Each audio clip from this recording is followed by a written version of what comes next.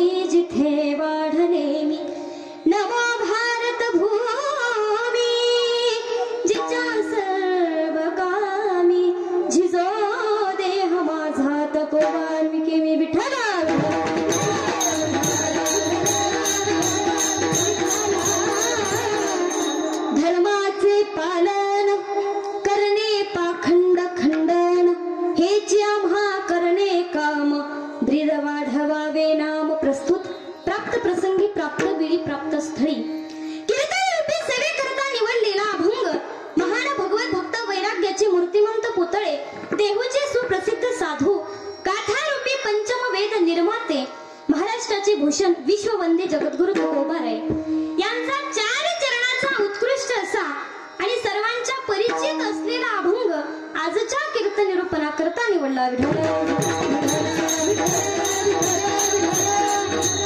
अभंगाकडे वळण्यापूर्वी सर्वात प्रथम अभंगाचा भावार्थ थोडक्यामध्ये आपण पाहू.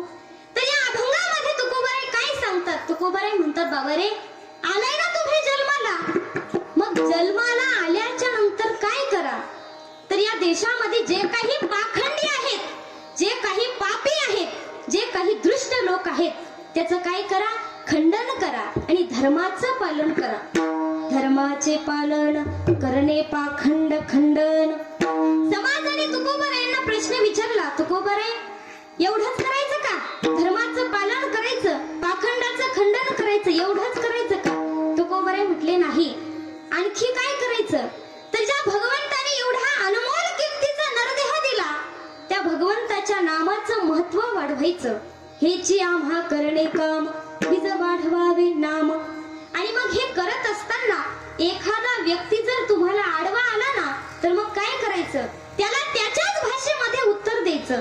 तीक्ष्ण उत्तरे हाती घेऊन बाण फिरे. आणि मग परमार्थ करत असताना तुकोबाराय म्हणतात की नाही भीड भाड.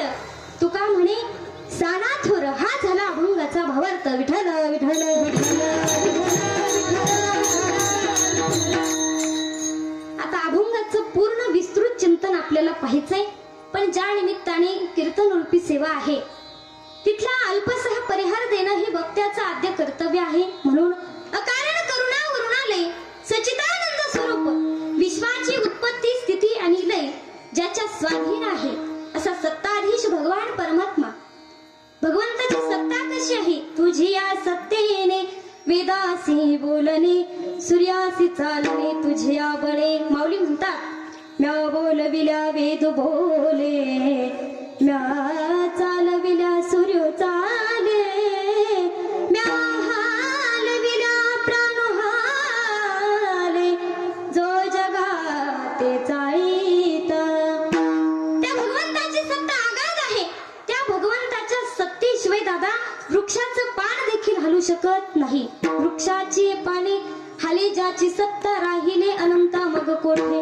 किंवा एका अभंगामध्ये, एका गीतामध्ये वर्णन करतात, माती पाणी उजेड वारा, तूच विसरासी सर्व पसारा. आभाळाचा मग दे आकारा, तुझ्या घटांच्या उतरडीला नसे अंत ना पार. तू वेडा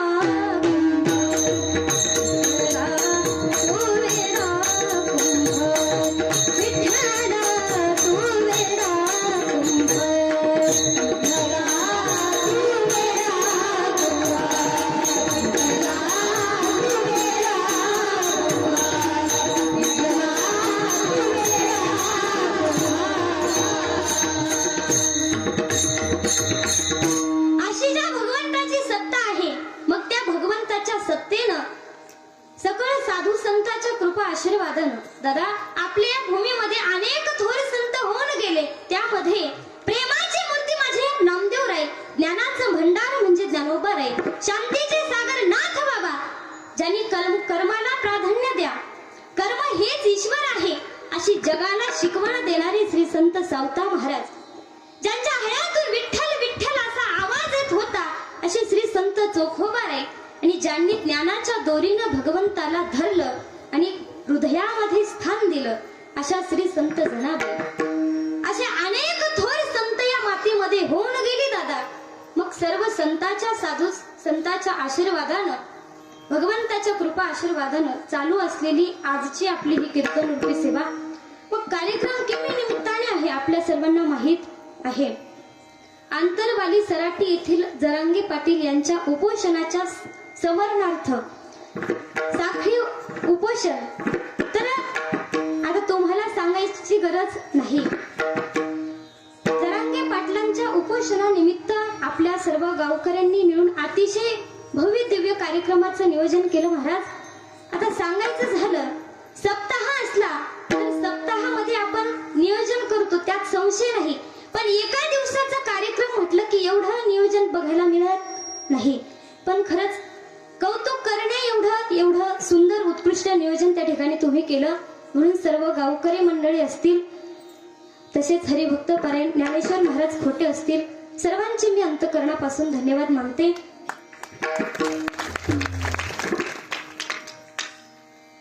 तसेच महादेव बाप्पा शेळके असतील, दत्ता खोटे, उपोषण करते महादेव बाप्पा शेळके, दत्ता खोटे, रवी करंडे आणि ज्ञानेश्वर नांदे यांच्याकरता एकदा जोरदार टाळी वाजवा. त्यांना देखील द्यावेत तेवढे धन्यवाद थोडे आहेत, म्हणून पुन्हा एकदा सर्वांचे अंतःकरणापासून धन्यवाद मानते. आणि तसेच ज्यांच्यामुळे आज मी या नारदाच्या गादीवर उभी आहे, ज्यांनी मला या ठिकाणी बोलण्याची संधी प्राप्त करून दिली, अशी माझे गुरुवर्य आदरणीय हरिभक्त परायण दीपकजी महाराज सुद्रिक पाटील व सो भागवताचार्य कीर्तन केसरी अनिताताई महाराज सुद्रिक पाटील, त्यांचे देखील धन्यवाद मानते आणि माझ्या सेवेकडे वळते. विठ्ठल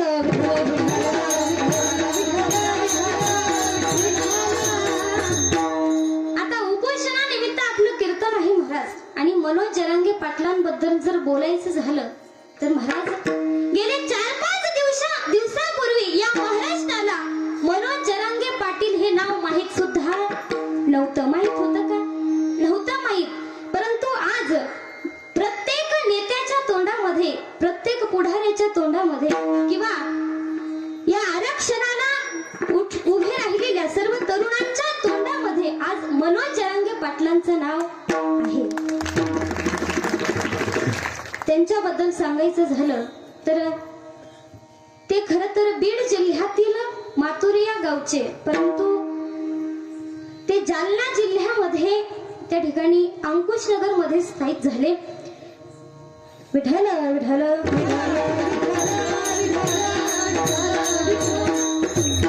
नव्हे तर या देशासाठी त्यांचं खूप मोठं कार्य आहे महाराज, की त्यांनी या आरक्षणासाठी त्या ठिकाणी पुढाकार त्यांनी घेतला आहे.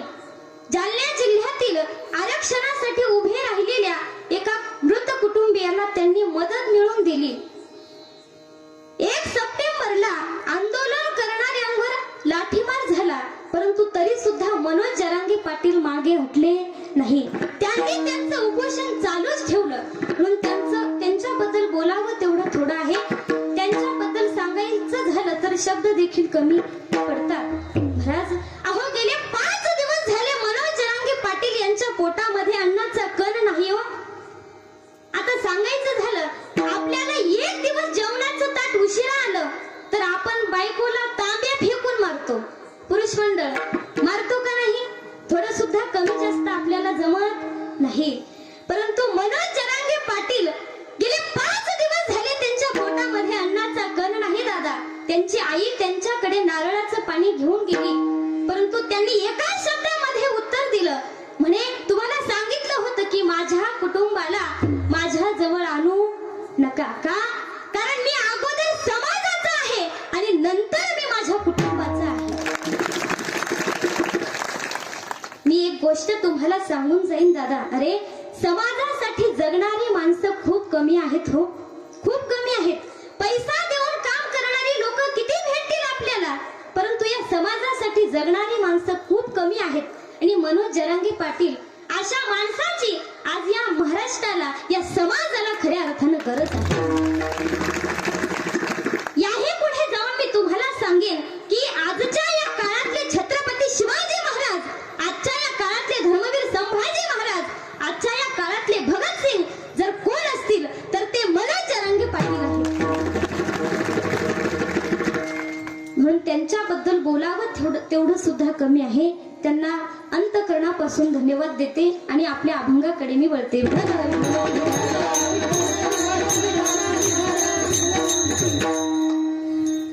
तर आपला अभंग जगद्गुरु तुकोबर यांचा अभंग आज आपण सेवेकरता निवडला. परंतु प्रत्येक कीर्तनामध्ये मी आवर्जून सांगत असते दादा, ज्या महाराष्ट्राच्या मातीमध्ये तुमचा आमचा जन्म झाला, ती माती, हा देश अतिशय पवित्र आहे. पवित्र ते कुळ पावन तो देश, जेथे हरीचे दास जन्म घेती. कारण या मातीमध्ये अनेक थोर संत होऊन गेले. या देशाला धन्यता दिली, अनेक लोकांनी या धन्यता दिली. मग देश कसा आहे हा?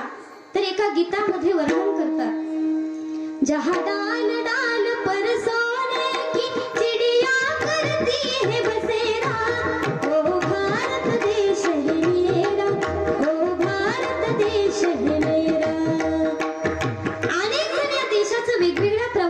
वर्णन करतात, एकदा स्वामी विवेकानंद दुसऱ्या देशामध्ये व्याख्याना करता गेले. मग गेल्याच्या नंतर तिथल्या लोकांनी प्रश्न विचारला, स्वामीजी कहां से आए हो आप? तेव्हा स्वामीजींनी काय उत्तर दिलं, ए प्रीत जहां की रीत सदा मैं गीत वहां के गाता हूँ, भारत का रहने वाला हूँ, भारत की बात सुनाता हूँ, काले गोरे का भेद नहीं. त्यांनी उत्तर दिलं, अरे त्यांनी उत्तर दिलं की आमच्या देशामध्ये हा काळा हा गोरा असा भेदभाव केला जात नाही. काले गोरे का भेद नहीं, हर दिल से हमारा नाता है. कुछ और नाता हमें बस प्यार निभाना आता है. जिसे मान चुकी सारी दुनिया, जिसे मान चुकी सारी दुनिया, मैं बात वही दोहराता हूँ, भारत का रहने वाला हूँ, भारत की बात सुनाता हूँ, भारत का रहने वाला हूँ, भारत की बात सुनाता हूँ. त्या ठिकाणी स्वामी आनंदांनी एका शब्दामध्ये उत्तर दिलं, रे आमच्या देशामध्ये नदीला माता मानलं जातं आणि दगडाला सुद्धा देव मानलं जातं. असा पवित्र आमचा भारत देश आहे आणि त्या देशाहून मी आलोय. मग अनेक जण या देशाचं वर्णन करतात किंवा धन्य ही भारतवर्ष, धन्य यस्य परंपरा, भारतीय जन धन्य, धन्य यस्य संस्कृती. मग त्या देशामध्ये आपला जन्म झाला, आपल्याला सुद्धा धन्यता दिली महाराज. विठ्ठल विठ्ठल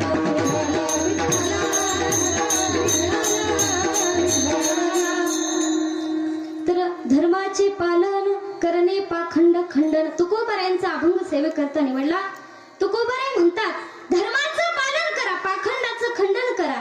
पण या ठिकाणी प्रश्न असा निर्माण होतो की मग धर्माचं पालन कुणी केलं, धर्म म्हणजे काय, पाखंडाचं खंडन कुणी केलं? तर त्यामध्ये प्रामुख्याने 3 व्यक्तीची नावं समोर येतात.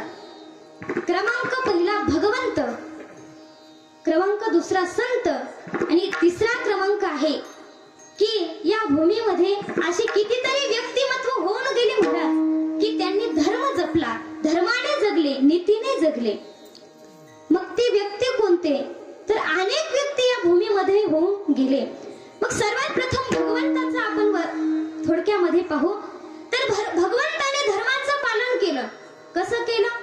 यदा यदा हि धर्मस्य ग्लानिर्भवति भारत. ज्या ज्या वेळेला धर्माची हानी होते, धर्मावर संकट येतं, त्या त्या वेळेला भगवंत अवतार घेतो किंवा परित्राणाय साधूनां विनाशाय च दुष्कृतम धर्म संस्थापनार्थाय संभवामि युगे युगे. ज्या ज्या वेळेला साधू संतांना त्रास होतो, त्या त्या वेळेला भगवंत अवतार घेतो. आणि भगवंताने आपल्या या देशामध्ये, या भारत मातेमध्ये जन्म घेतला, अवतार घेतला. का? कारण बघा तुम्ही, आता दुसऱ्या देशाला माता ही पदवी आहे का हो? आपण म्हणतो का अमेरिका माता, म्हणतो का पुरुष मंडळ? नाही म्हणत. कारण माता ही पदवी फक्त आपल्या भारत देशाला आहे. म्हणून आपण काय म्हणतो? भारत माता. म्हणून भगवंताने या देशामध्ये अवतार घेतला. आता दुसरा क्रमांक आहे संत. मग संत सुद्धा अवतार घेतात, पण कशा करता? जगाच्या कल्याणा संताची विभूती देह कष्टविती परोपकारे. मग दोघांचं कार्य एकच आहे की तुमच्या आमच्या कल्याणाकरता दोघ जण जन्म घेतात, पण दोघांच्या कार्यामध्ये थोडा फरक आपल्याला दिसून येतो. मग कोणता फरक दिसून येतो? भगवंताने जन्म घेतला तर भगवंत काय करतात हो? भक्ता राखे पायापासी दुर्जनासी संहारी. भगवंत भक्ताला पायाजवळ जागा देतात आणि दुर्जनाचा संहार करतात. पण आमचे संत मंडळी दुर्जनाला सुद्धा पायाजवळच जागा देतात. आता तुम्ही म्हणाल ताई तुम्ही असं कसं बोलता? पण उदाहरण मी तुम्हाला देऊन जाईन. बघा, वाल्ह्या कोळी आपल्या सर्वांना माहित आहे. त्या वाल्ह्या कोळ्याने एवढा पाप केलं, मोहरी एवढ्या खड्याने 7 रांजणं भरली, एवढी माणसं त्या वाल्ह्यानं मारली दादा. एवढा पाप केलं. मग आता याचा उद्धार कसा होणार? तेव्हा भगवंताला काळजी पडली आणि भगवंताने नारद मुनींना वाल्ह्याकडे पाठवलं. नारद मुनी वाल्ह्याकडे आले. का काय केलं असतं? घेऊन या चक्रगदा, हाची धंदा करीतो. भगवंत गेले असते तर भगवंताने वाल्याला मारून टाकलं असतं, म्हणून संतांना पाठवलं. मग संत त्या ठिकाणी गेले. कोण गेलं? नारद मुनी. वाल्याजवळ गेले. वाल्याचा दृष्टपणा काढला आणि त्याला वाल्याचा वाल्मिक ऋषी बनवलं. मग ते वाल्मिक ऋषी, त्या वाल्मिक ऋषींनी राम जन्माच्या अगोदर रामायण लिहिलं. दादा, अरे जसं लिहिलं तसं देवाला सुद्धा वागावं लागलं. हा कशाचा परिणाम आहे? तर संतांच्या संगतीचा परिणाम आहे. मग सांगायचं मला की संत दुर्जनाचा सुद्धा उद्धारच करतात. महाराज, संतांबद्दल जर बोलायचं झालं, या जगाने संतांना किती जरी त्रास दिला तरी आमचे संत जगावर उपकारच करतात. का? कारण उपकारासाठी त्यांचा जन्म झाला. येथे उपकारासाठी आले घरजा वैकुंठी, किंवा बुडते हे जन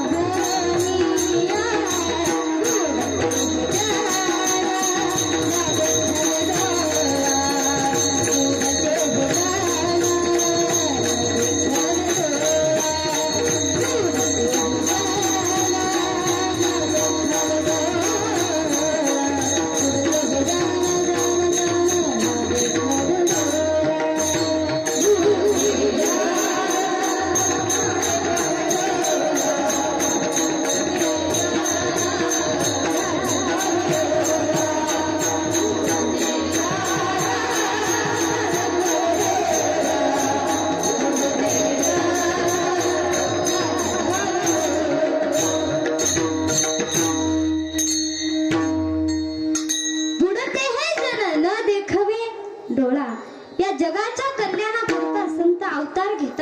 महाराज, मी सांगत होते की जगाने किती जरी त्रास दिला तरी संत जगावर दयाच करतात. माऊली ज्ञानोबा यांच्या जीवनातला अगदी उत्कृष्ट प्रसंग, अगदी हृदयाला पाझर फोडणारा प्रसंग मी तुम्हाला सांगून जाईन. माय बापा विना पोरकी झालेली ही 4 भावंड दादा. एखाद्या वेळेला जर आई लेकराला घरी ठेवून गेली तर ते लेकरू पोरकं झाल्यासारखं दिसतं महाराज. मग ज्याचे कायमचे मायबाप निघून गेले असतील त्याची काय अवस्था असेल हो. त्यामध्ये समाजानं केलेला छळ, प्रत्येक जण या 4 भावंडाकडे तुच्छ नजरेनं पाहत होता दादा. आणि स्वतःला शहाणी समजणारी माणसं तर संन्यासाच्या कार्ट्या म्हणून हिणवत होती. एवढं भयान वादळ माझ्या माऊलींच्या जीवनामध्ये निर्माण झालं. माझ्या माऊलींची अवस्था पाहून क्रूर माणसाच्या हृदयाला पाझर फुटत नव्हता, पण नवल वाटेल नियतीचा खेळ पाहणाऱ्या यमराजाची छाती सुद्धा धडधडत होती दादा. पण ऐका, अरे पोटातल्या आगीला काळ वेळ परिस्थिती कसलंही भान राहत नाही हो. या लेकरांनी, या चिमुकल्या भावंडांनी 4 दिवस बिना अन्न पाण्याचे घालवले, परंतु 5व्या दिवशी जगाच्या माऊलींना भावंडाच्या पोटातली आग बघवेना. आणि जगाच्या माऊलीने हातामध्ये झोळी घेतली आणि माझी माय, माझी जगाची माऊली पुन्हा आळंदीमध्ये भिक्षा मागू लागली. कोमल अंतकरणाच्या स्त्रिया भरभरून भिक्षा देई. कुणी पतीची नजर चुकून भिक्षा देई, तर कुणी सासूची नजर चुकून भिक्षा देई, तर त्यामध्ये कुणी माय बापांची उपेक्षा करणाऱ्या शब्दांनी माऊलींचा अपमान करी. माऊलींकडे करड्या नजरेने पाहे, तर माऊलींना कुणी पुटपुटत तोंडामध्ये शिव्या देई. ही सर्व प्रकारची भिक्षा घेऊन माऊली सिद्ध बेटाकडे निघाले. इंद्रायणी मातेजवळ आले. दोन्ही हात जोडले. अंतकरण गहिवरून आलं आणि डोळ्यातून अश्रूच्या धारा सुरू झाल्या. कसं बस स्वतःला सावरत मुठींनी डोळे पुसत माऊली पुढे निघाले. महाराज, तेवढ्यात कुणीतरी माऊलींची झोळी ओढली. मागे वळून पाहिलं तर आळंदीतील मुले ज्ञान्या म्हणून माऊलींना चिडवत होते. पण त्या झोळीतील पीठ खाली सांडू नये म्हणून माझ्या माऊलींचा जीव तळमळत होता. कसा वीस प्राण मन तळमळी, कसा वीस प्राण मन तळमळी, कसा वीस प्राण मन तळमळी, कसा वीस प्राण मन तळमळी. झोळीतील पीठ खाली सांडतंय की काय याकरता माऊलींचा प्राण तळमळत होता. कशी बशी मुलांच्या तावडीतून झोळी वाचवली तर तेवढ्यामध्ये पायात जोडे घातलेला, धिप्पाड देहाचा, शेंडी वाढलेली, मिशाचे आकडे काढलेला विसोबासाठी माऊलींच्या समोर येऊन उभा राहिला. आता ऐका, जगाचा घाम पुसणारे माऊली, परंतु माऊलींना सुद्धा दरदरून घाम सुटला दादा. का? मनामध्ये विचार केला, अरे या लेकरांपासून झोळी वाचवली, पण या विसोबा चाट्यापासून झोळी वाचवावी कशी? करावं काय? तेवढ्यामध्ये विसोबा चाटी बोलायला लागला, अरे संन्यासाच्या करट्या, अरे तुझं तोंड जरी पाहिलं तरी आमचा दिवस खराब जातोय. रोज सकाळी सकाळी भिक्षेचं निमित्त करून तुमचं तोंड दाखवायला आळंदीमध्ये येता. लाजा वाटत नाहीत का तुम्हाला? अरे माय बापासारखे तुम्ही सुद्धा पापी आहात, तुम्हाला सुद्धा जगण्याचा अधिकार नाही. माऊली म्हणतात, आम्ही असं कोणतं पाप केलं की आम्हाला जगण्याचा अधिकार नाही? पण समोरच्या व्यक्तीला विरोध करावा कुणाच्या बळावर, कशाच्या आधारावर? अरे मायबाप नाहीत आपल्याला, काय बोलावं? तेवढ्यात विसोबा चाटे म्हटला, न्यान्या अरे थांब, आज तुला अशी अंतर घडवतो की आळंदीमध्ये पाय ठेवण्याचं धाडस तुझं झालं नाही पाहिजे. असं म्हणून माऊलींच्या काखेतली झोळी ओढली. होतं नव्हतं ते पीठ सुद्धा मातीमध्ये मिसळलं दादा. बरं आता एवढ्यावर थांबावं ना, एवढ्यावर पण थांबला नाही. ते मातीमध्ये मिसळलेलं पीठ पायाने तुडवलं आणि मोठमोठ्याने हसू लागला, म्हणू लागला, संन्यासाच्या कार्ट्याला सुद्धा भूक लागते म्हणे, असं म्हणून हसू लागला. माऊली रडत रडत सिद्धबेटाकडे गेले. आता इथून पुढचा प्रसंग आपल्या सर्वांना माहित आहे. मग यातून मला सांगायचं एवढं की ज्या विसोबा चाट्यानं माऊलींचा पदोपदी अपमान केला, तिरस्कार केला, महाराज खायला अन्न सुद्धा मिळू दिलं नाही हो, पण तरी सुद्धा त्या विसोबा चाट्याचा विसोबा खेचर बनवला आणि ग्रंथामध्ये त्याला अजरामर केलं. निंद्य तेही वंद्य केले. नव्हे नव्हे जगाने एवढा त्रास दिला तरी सुद्धा धनोबाराय पसायदानामध्ये वर्णन करतात, जय खळांची व्यंकटी सांडो तया सक्कर मिरती वाढो. मग एवढं विशाल अंतकरण संताचं आहे. मग संतामध्ये आणि भगवंतामध्ये एवढा फरक आहे की संत दुर्जनाचा सुद्धा काय करतात? उद्धारच करतात. विठ्ठल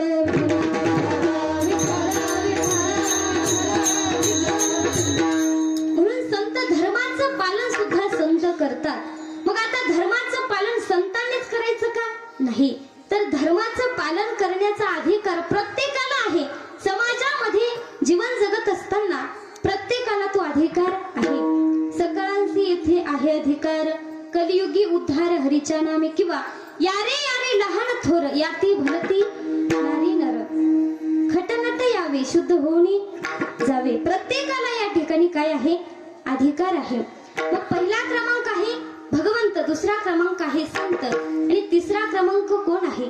तर मी अगोदर तुम्हाला सांगून गेले की असे कितीतरी व्यक्तिमत्व या जगामध्ये होऊन गेले की आज ते आपल्यामध्ये नाहीत, परंतु कीर्ती रूपाने ते आज आपल्यामध्ये आहेत. मग ते छत्रपती शिवाजी महाराज असतील, धर्मवीर संभाजी महाराज असतील, भगतसिंग असतील, चंद्रशेखर आझाद असतील, हे प्रत्येक जण त्या ठिकाणी आज आपल्यामध्ये नाहीत, परंतु कीर्ती रूपाने ते आज आपल्यामध्येच आहेत. मग धर्माचं कार्य केलं माझ्या शिवाजी महाराजांनी. महाराज जगाच्या पाठीवरती 350 वर्षापूर्वी एवढं भयानक संकट या देशावरती आलं, एवढं मोठं संकट आलं. आया बहिणीच्या आबरू लुटल्या जात होत्या, भर रस्त्यावर गायी कापल्या जात होत्या, मंदिराची कळसा उद्ध्वस्त केली जात होती. मग आता कोण रोखणार हे वादळ? कोण रोखणार हे वादळ? मग त्यावेळी 19 फेब्रुवारी 1630 हा दिवस सामर झाला. त्या दिवशी या महाराष्ट्राचा राजा छत्रपती शिवाजी महाराज जन्माला आले.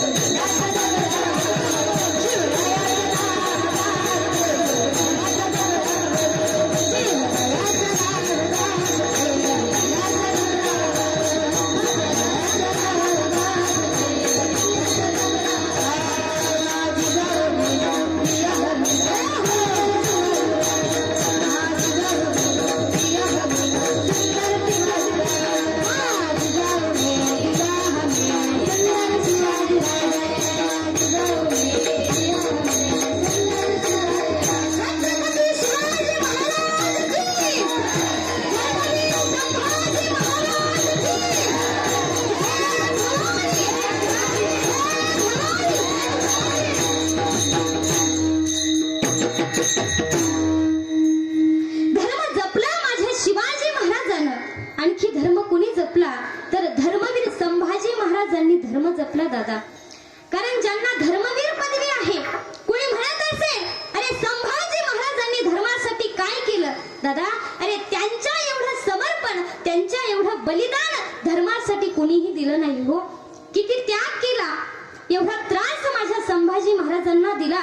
औरंगजेबानं सांगितलं अरे तू धर्म सोड, तू जर धर्म सोडला नाही तर तुझे डोळे काढण्यात येतील. महाराज डोळे काढून घेतले हो, पण धर्म सोडला नाही. औरंगजेब म्हणतो संभा अरे धर्म सोड, धर्म जर सोडला नाही तर तुझे दोन्ही पाय कापण्यात येतील. महाराज दोन्ही पाय कापले पण धर्म सोडला नाही. नव्हे नव्हे दोन्ही हात कापले पण धर्म सोडला नाही. महाराज अंगाचे सालटे करून अंगावर मिठाचं पाणी करून टाकलं, मिरचीची चोळण अंगाला केली. किती असह्य वेदना त्यांना होत असतील. एवढा त्रास सहन केला परंतु निमेषाला बळी गेले नाही. धर्म त्यांनी सोडला नाही. ज्यावेळी संभाजी महाराजांचा अंतकाळ जवळ आला त्यावेळी अंतकाळाच्या वेळी संभाजी महाराजांचे शब्द आहेत. संभाजी महाराज वडिलांना आवाज देतात, म्हणजे शिवाजी महाराजांना आवाज देतात. आबासाहेब, अहो ऐका ना आबासाहेब, आभाळाच्या डोळ्यानं तुम्ही आम्हाला पाहत असाल, आभाळाच्या डोळ्यानं तुम्ही आम्हाला पाहत असाल, पण तुमचं आभाळा एवढं रूप पाहिला आता हे डोळे शिल्लक राहिले नाहीत हो. ज्यावेळी आग्र्याहून सुटका झाली त्यावेळी तुमच्या हातामध्ये हात देऊन मी तुम्हाला सांगितलं होतं की काळजी करू नका, मी सुखरूप घरी येईन. परंतु आता तुमच्या हातामध्ये हात देण्याकरता ते हात सुद्धा शिल्लक राहिले नाहीत हो. आबासाहेब म्हणून साथ घालायला आता ती जीभ सुद्धा शिल्लक राहिलेली नाही. परंतु ऐका आबासाहेब, देवाला मी एकच प्रार्थना करेन की देवा तुला जर मला जन्माला घालायचं असेल ना तर 100 वेळा जन्माला घाल, पण शिवपुत्र म्हणूनच घाल.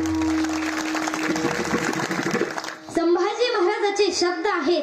संभाजी महाराज म्हणतात की माझा देह या सह्याद्रीसाठी, या भारत मातेसाठी माझा देह जर उपयोगी येत असेल ना तर माझा एक जन्म काय, माझे हजारो जन्म या देशासाठी मी कुर्बान करेन महाराज.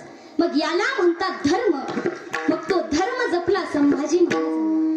नीतीने जगले, धर्माने जगले, धर्म त्यांनी सोडला नाही. मग आणखी धर्म कोणी जपला बर? धर्म इतक्या वेळचा आपण पाहतो धर्म धर्म, मग धर्म म्हणजे काय, धर्माची व्याख्या तरी कोणती आहे?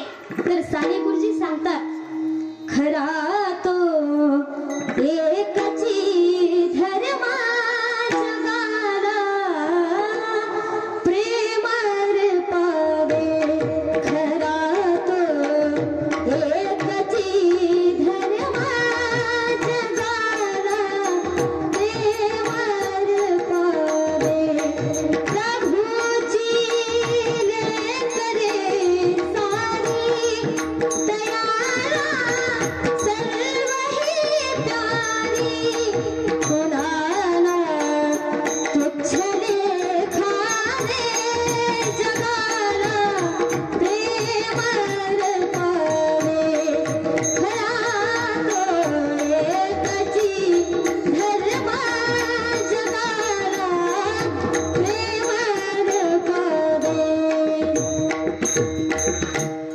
म्हणून ते तुकोबाराय म्हणतात की साने गुरुजी म्हणतात धर्म म्हणजे काय तर जगाला प्रेम अर्पावे, जगाला प्रेम द्या, हाच खरा धर्म आहे.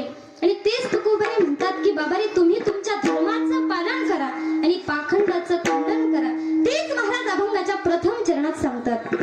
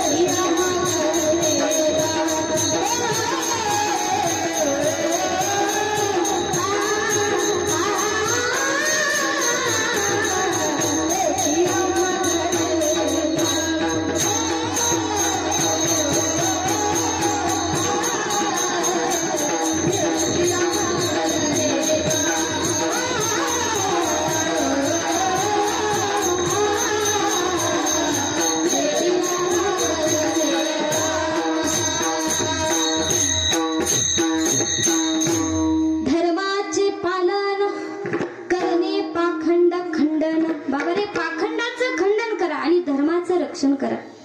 त्यामध्ये प्रामुख्याने आणखी 3 जण आहेत की त्यांनी धर्माचं पालन केलं. मग ते कोण आहेत तर संत महात्मे सांगतात 3 सजावत देश को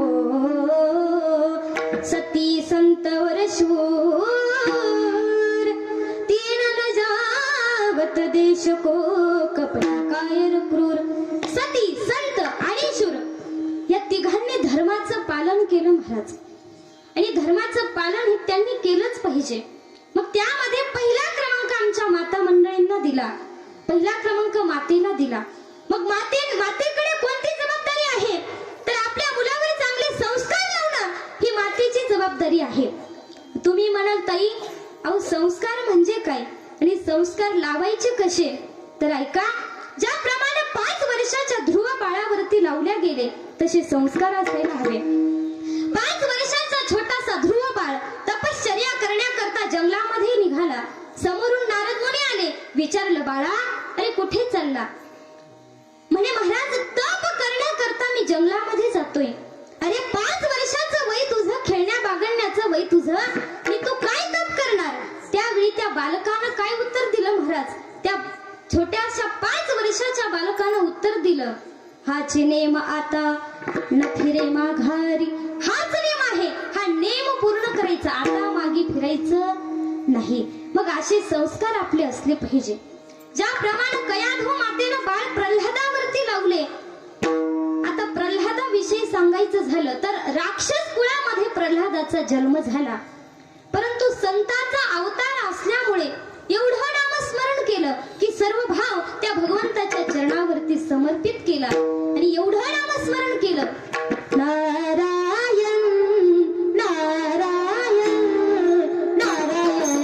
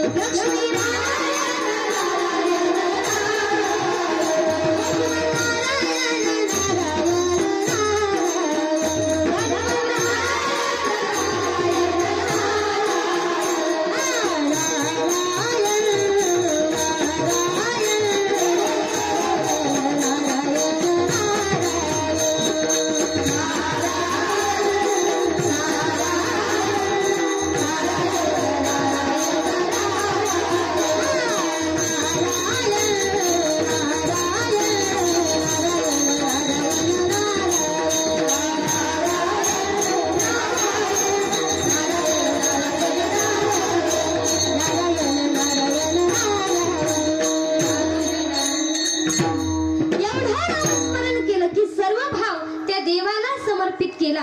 मग असे संस्कार आपले असावे ज्याप्रमाणे कौशल्या मातेने प्रभू रामचंद्रांवरती लावले. प्रभू रामचंद्रांच्या बालपणीचं वर्णन गीत रामायणामध्ये आलं की बालपणी प्रभू किती सुंदर होते, एवढे सुंदर होते महाराज.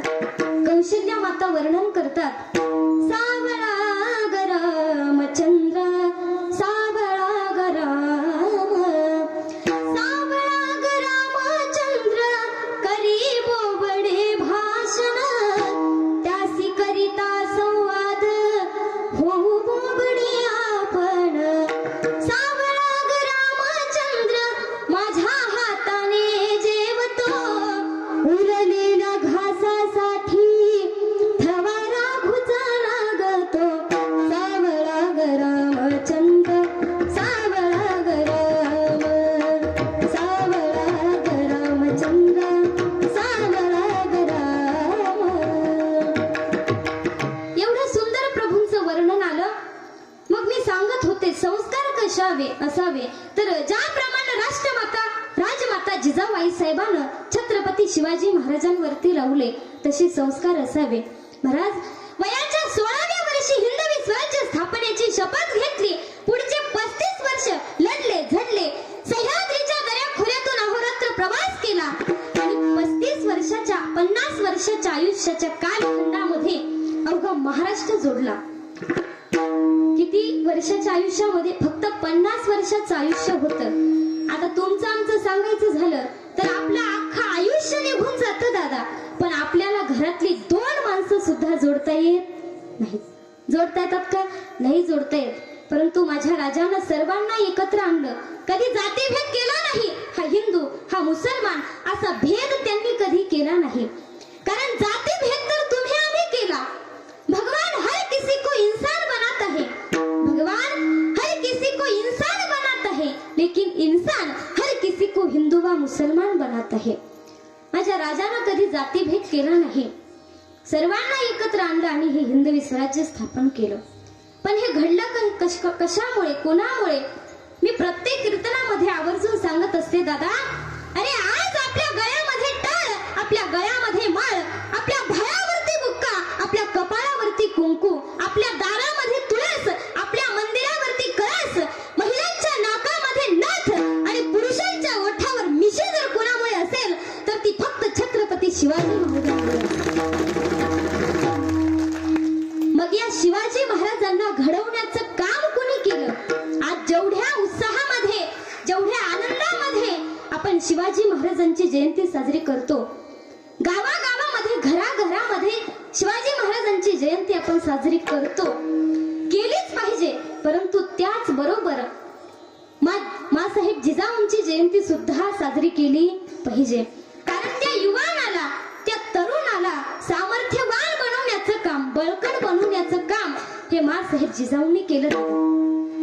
म्हणून त्यांची सुद्धा जयंती आपण साजरी केली पाहिजे. काय संस्कार लावले होते त्यांनी? ज्यावेळेस जिजाबाई साहेब गरोदर होत्या, आता महिला मंडळ गरोदर असल्याच्या नंतर महिलांना डोहाळे लागतात, तेव्हा किल्लेदाराच्या पत्नीनं विचारलं, आई साहेब तुम्हाला काय डोहाळे लागले? तुम्हाला काही खावंसं वाटतं का? काही ल्यावंसं वाटतं का? अलंकार घालावेसे वाटतात का? सांगा ना. त्यावेळेस जिजाबाई साहेबांनी उत्तर दिलं, बाई मला काही खावंसं वाटत नाही ग, काही ल्यावंसं वाटत नाही. मला काय वाटतं? आम्हासी वाटते वाघावर बैसावे. काय म्हटल्या? आम्हासी वाटते वाघावर बैसावे. आणि आताची जिजाऊ काय म्हणते हो महिला मंडळ? जाग्यात ना तुम्ही? आताची जिजाऊ काय म्हणते? आताची जिजाऊ म्हणते आम्हासी वाटते भिंतीचे पापुडे काढून खावी. बरोबर? कोळसे खावी, माती खावी. आपल्याला वाटतं आपला मुलगा चांगला असला पाहिजे, पण मला सांगा माती खाऊन कोळसे खाऊन चांगला मुलगा जन्माला येतो का? नाही येत. मग देवरीच पोरे जन्माला येतात महाराज. विठ्ठल विठ्ठल.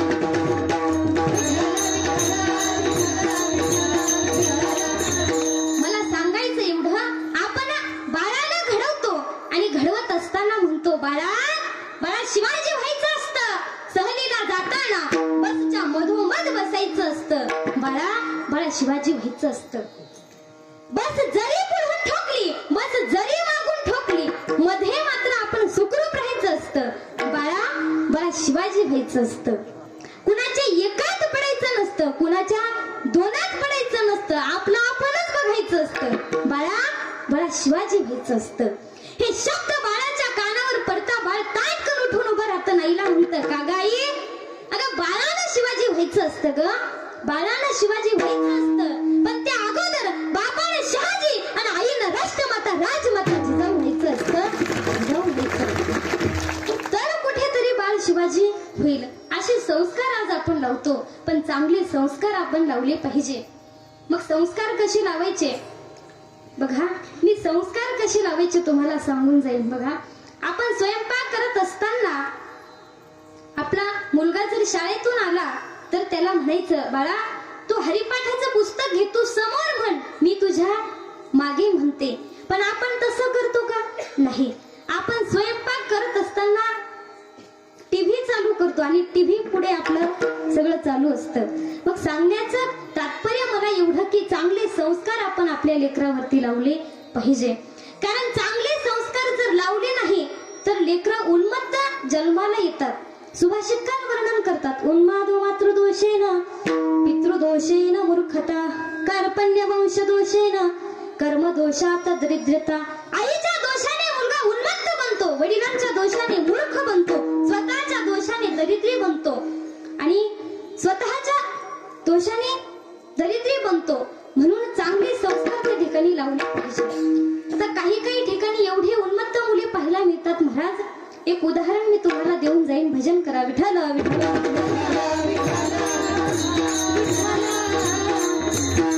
एका गावामध्ये एक पिंट्या राहायचा. मस्त अंगावरती पांढरे शुभ्र कपडे घालून, कपाळावर चंदन लावून, गळ्यात तुळशीची माळ घालून मस्त गावामध्ये वावरायचा. नव्हे तर रोज कीर्तनाला जायचा. एक सुद्धा कीर्तन त्याने सोडलं नाही. रोज कीर्तनाला जायचा. मग आता मुलगा कसाही असो, आईला मुलाचं काय असतं दादा? कौतुकच असतं. त्याची आई गावभर कौतुक करायची. ओ शांताबाई ऐका ना, माझा पिंट्या रोज कीर्तनाला जातो. ओ राधाक्का ऐका ना, माझा पिंट्या रोज कीर्तनाला जातो. अगं जातो रोज कीर्तनाला, पण करतो काय? महाराज पिंट्या रोज महाराजांच्या समोर बसतो. का? कारण महाराजांना खायला काय दिलं जातं? गुळ दिला जातो. तर पिंट्या रोज महाराजांच्या समोर जाऊन बसतो. महाराज रोज कडाकड गुळाचे खडे फोडतो. पण आता एक दिवस गुळ चिकट येतो. चिकट गुळ कळतो ना तुम्हाला? चिकट गुळ आला. पिंट्याने गुळाचा खडा हातात घेतला, तोंडात टाकला. मग आता हात चिकट झाले. आता करावं काय? तो पिंट्या एवढा हुशार महाराज, एवढा उन्मत्त तो, त्याने कीर्तनकार महाराजांच्या धोत्रालाच हात पुसला. म्हणजे एवढा विचित्र तो पिंट्या. मग एवढे उन्मत्त मुले जन्माला येतात. कशामुळे? तर उन्मादो मातृदोषेनं, आईच्या दोषाने मुले उन्मत्त निघतात. मग त्या उलट मुले जर चांगले असतील तर सुशीलो मातृपुण्येन पितृपुण्येन चतुरता उदारो वंश पुण्येन आत्मपुण्येन सौभाग्यता. आईच्या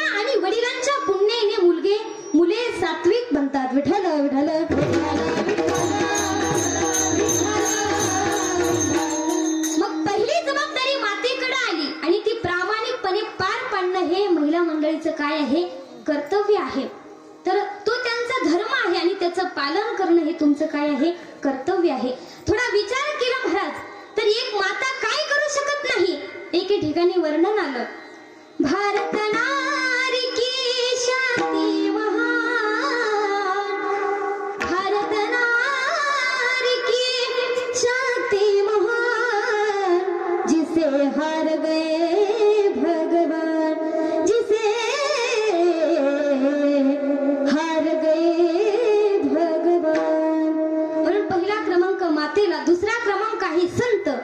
पण आता संत म्हणायचं कुणाला, कारण खरा साधू ओळखणं कठीण आहे. तुम्ही आणि साधू कुणाला म्हणतो, हातभर ढेरी, ईदभर दाढी आणि तीचभर मिशा, त्याला आपण साधू म्हणतो. दाढी वाढवून ढेरी वाढवून साधू होता येतं का? साधू कुणाला म्हणायचं, जे कारंजले गांजले तासी म्हणे जरा फुले, तोची साधू ओळखावा, प्रेम तेथेची जाणावा.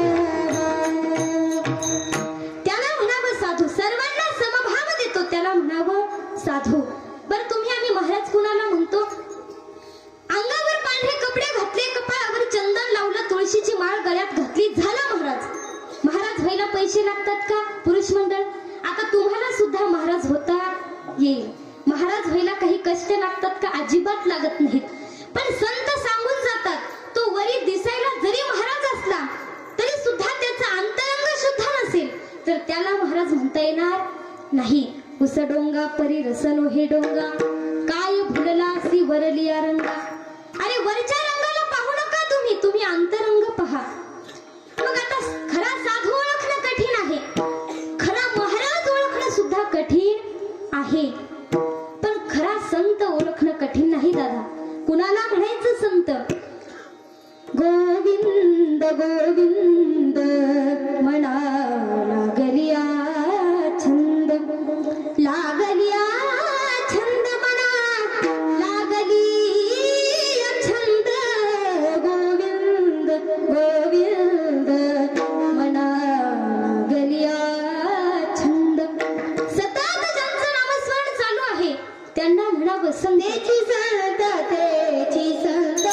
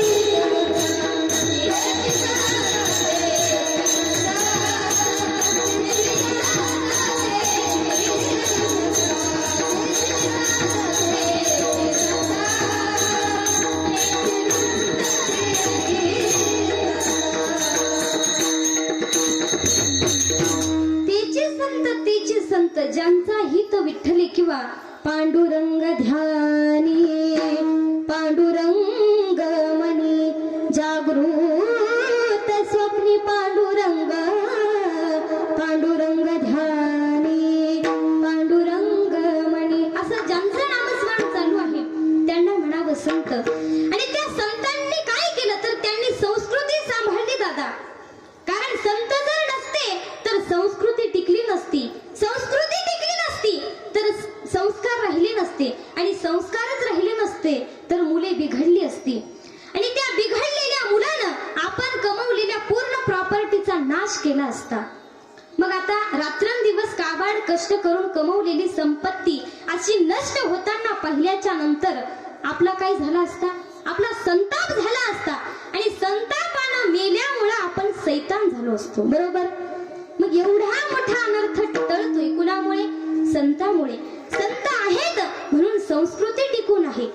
संस्कृती आहे म्हणून संस्कार आहे. मग संतांचे उपकार आहेत आपल्यावरती. हा जो वारकरी संप्रदाय एवढा बहरलेला फुललेला आपल्याला दिसतो. आज गावागावामध्ये हरिनाम सप्ताह होतात. कुणामुळे? तर संतांमुळे. म्हणून त्यांनी संस्कृती सांभाळली, त्यांनी त्यांचा धर्म जपला. म्हणून दुसरा क्रमांक संत आणि तिसरा क्रमांक आहे शूर. मग आता शूर कोणाला म्हणायचं?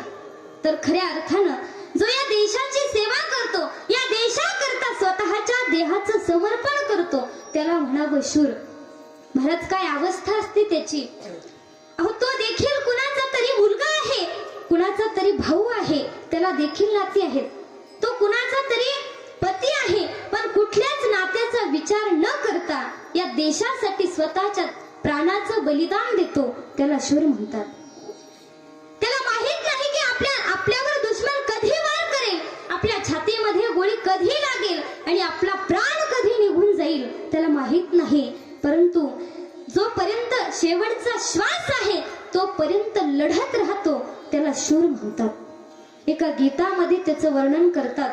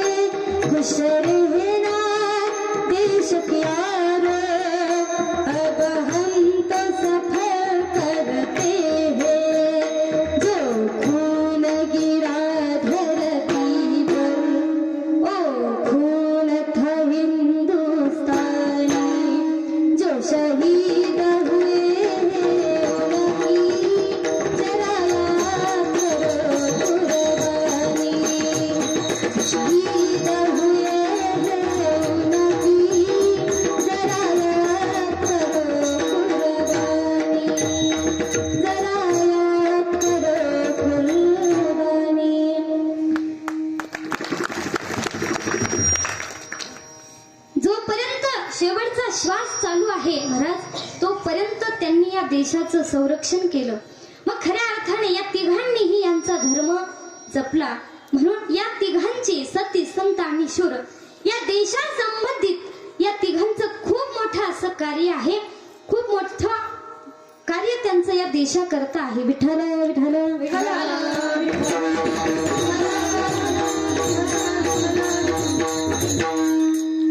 म्हणून या अभंगामध्ये तुकोबाराय प्रथम चरणामध्ये म्हणतात की धर्माचे पालन करणे पाखंड खंडन. मग ह्यांनी सुद्धा धर्म जपला. सती, संत, शूर यांनी सुद्धा धर्म जपला. मग समाजाने तुकोबारायांना प्रश्न केला की तुकोबाराय एवढंच कार्य करायचं का, की धर्माचं पालन करायचं आणि पाखंडाचं खंडन करायचं, एवढंच करायचं का? तुकोबाराय म्हटले एवढंच करायचं नाही, तर ज्या भगवंताने सुंदर असा नरदेह दिला त्या भगवंताच्या नामाचं बीज वाढवणं हे आपलं काय आहे, कर्तव्य आहे. तेच महाराज अभंगाच्या द्वितीय चरणात सांगतात. Come on.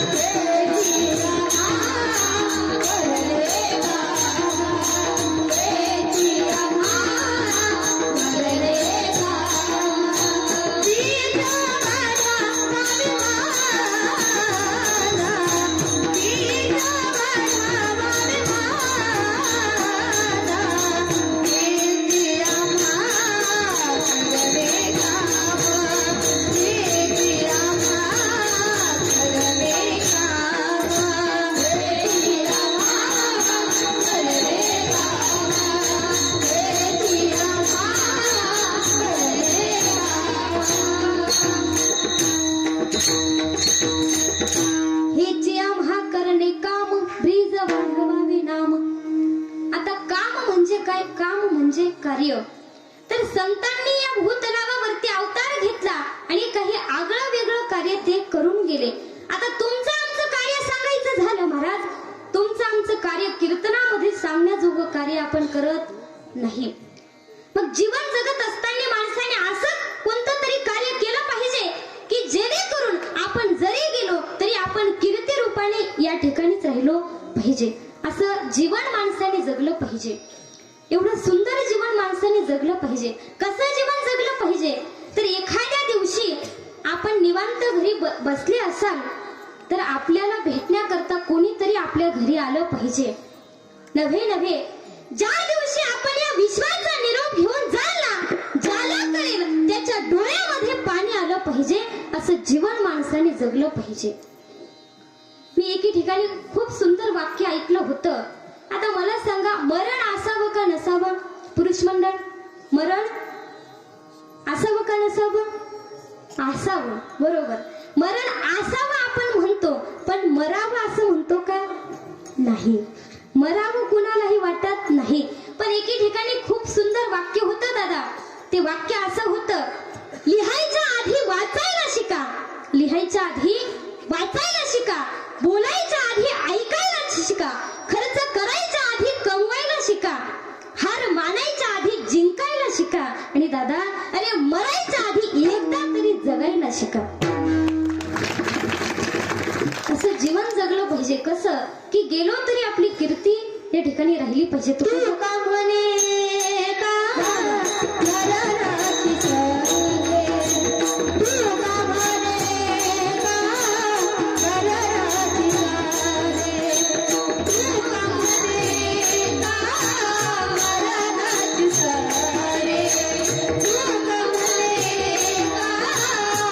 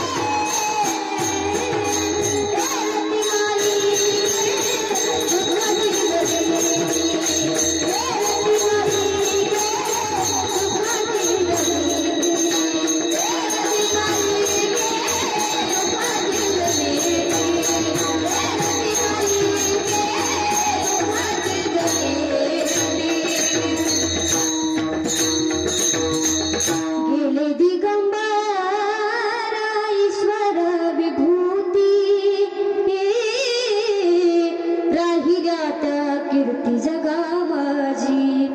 किंवा तुका म्हणे का मरणाची सरे, उत्तमाची उरे कीर्ती मागे. काहीतरी कीर्ती आपली मागे राहिली पाहिजे. असं जीवन जगलं पाहिजे. कारण जीवन जगत असताना दादा हे जग कसं आहे तर हे जग स्वार्थी आहे दादा. हे जग कसं आहे तर संत महात्मे आमचे वर्णन करतात. जड आहे सुखाचे, जड आहे सुखाचे,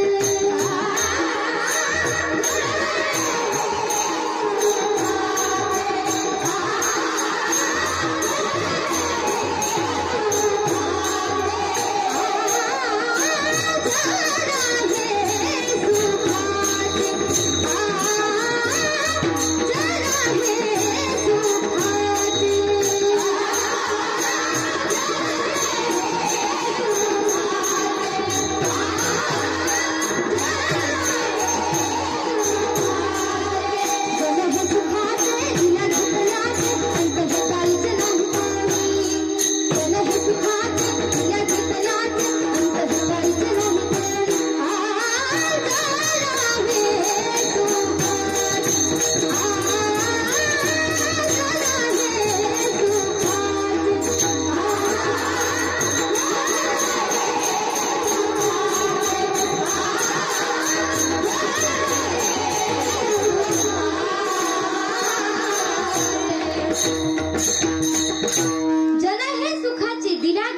म्हणायचे दादा, अरे ज्यावेळी आपल्याला त्यांची खरी गरज असते त्यावेळी आपल्या सोबत कोणीही येत नाही, कोणी सुद्धा आपल्यासाठी थांबत नाही. म्हणतात ना, आराम के हे लोग सारे सब संग साथ जब वक्त पड़ा तब कोई नहीं, मतलब के हे लोग सारे दुनिया में किसी का कोई नहीं, जब टिकट मिला है जाने का डेरा किया स्मशानों में वहां जलाने वाले लाखों थे पर जलने वाला कोई नहीं.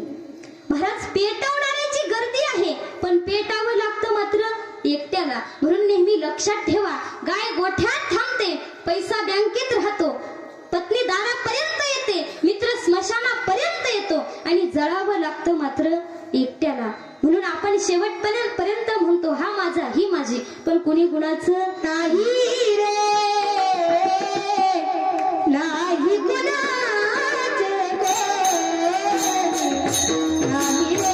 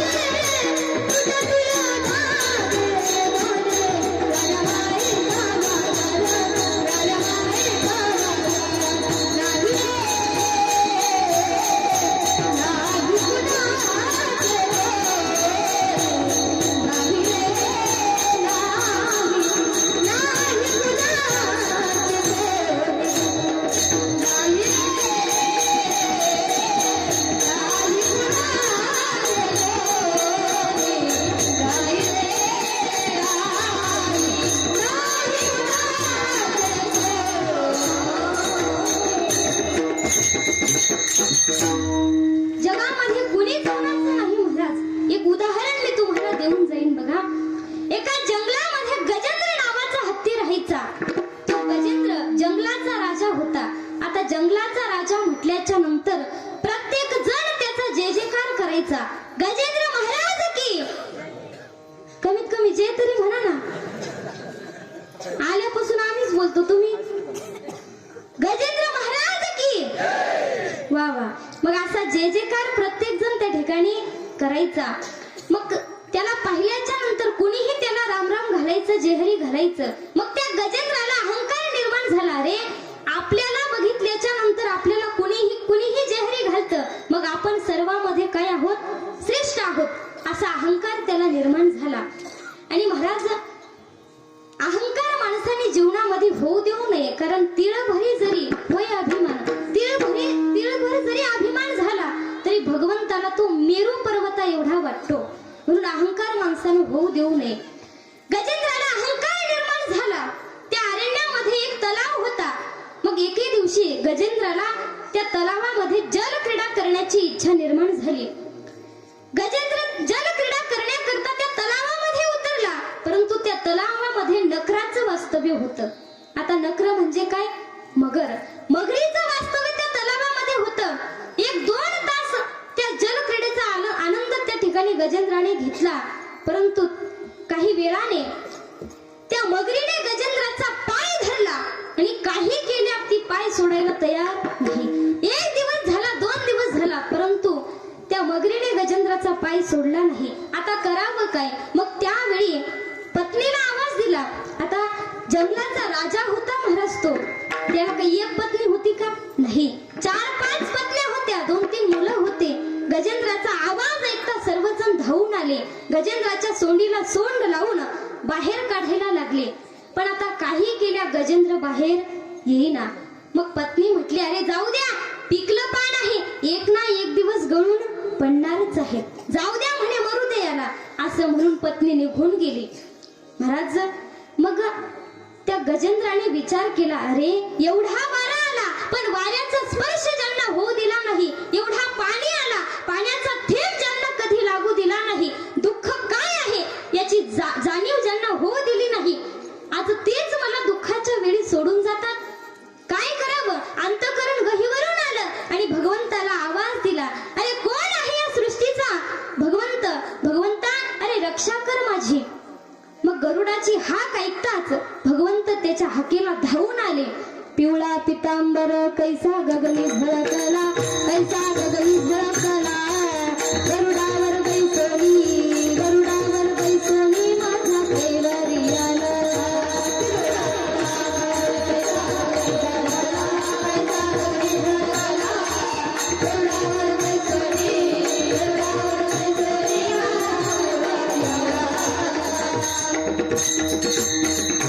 भगवंताने गरुडाला देखील मागे टाकलं. महाराज, त्वरा झाली गरुडा, टाकी आले मागे. भगवंत स्वतःच्या वेगाने धावू लागले. भगवंत गजेंद्राजवळ आले आणि भगवंताने त्या संकटातून गजेंद्राची सुटका केली. मग मला यातून सांगायचं एवढं की ज्या वेळेला आपल्याला त्यांची गरज असते त्यावेळी आपल्याला कोणीही साथ देत नाही. म्हणून जीवन जगत असताना कार्य आपण चांगलं केलं पाहिजे. पण माणसाला श्रीमंतीचा अहंकार होतो दादा, पण श्रीमंतीचा अहंकार करू नका. तुमची श्रीमंती तुम्ही बंगला, गाडी, पैसा याने पैशाने तुमची श्रीमंती मोजू नका दादा. अरे तुमच्यावर दुःखाचा डोंगर कोसळला, मग त्यावेळी तुमचे डोळे पुसण्याकरता किती हात वर येतात यावर तुम्ही तुमची श्रीमंती मोजा. म्हणून अभंगाच्या द्वितीय चरणामध्ये तुकोबराय सांगतात, हेची आम्हा करणे काम, प्रीद वाढवावे नाम.